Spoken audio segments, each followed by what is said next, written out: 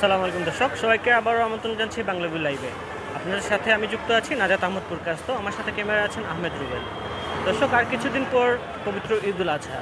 ঈদকে কেন্দ্র করে আসলে সিলেটের দূরপাল্লা বাসগুলো আসলে একটি প্রস্তুতি থাকে যে যাত্রীদের জন্য, সেটি আসলে এই বছরে অনেকটাই চোখে পড়ছে না।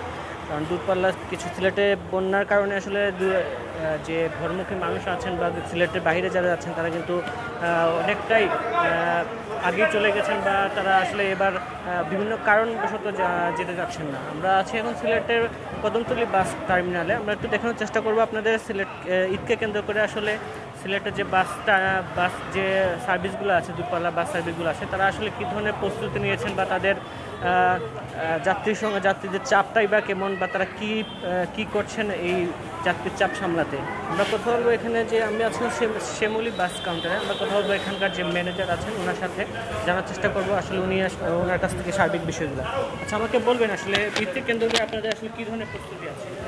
আমাদের প্রস্তুতি এই ঈদের ব্যবসা বাণিজ্যে বেশিটা ভালো না, একমাত্র ভালো হলো চাপটা হলো 7 তারিখে।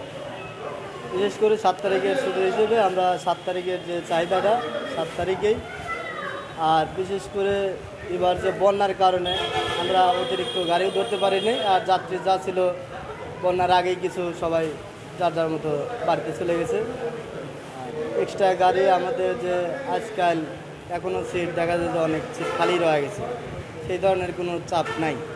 আচ্ছা, টিকিট কি আছে না? টিকিট সব টিকিট আছে, এখনও দিতে পারবো, কিছু টিকিট দিতে পারবো, এখনও টিকিট রয়ে গেছে, দেওয়া যাবে।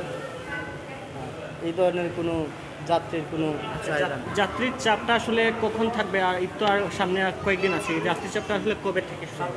যাত্রীর চাপটা আপনি পাবেন 7 তারিখে বেশি চাপ, 7-8 তারিখে এই দিনের চাপটাই বেশি। সেক্ষেত্রে বাড়তির চাপ সামলাতে আপনারা এক্সট্রা কোনো গাড়ি ব্যবস্থা করবেন? এক্সট্রা গাড়ি দেওয়ার মধ্যে তেমন গাড়ি আমাদেরও ওইভাবে গাড়ি 1-2টা গাড়ি এক্সট্রা ধরা আছে, 2 গাড়ি।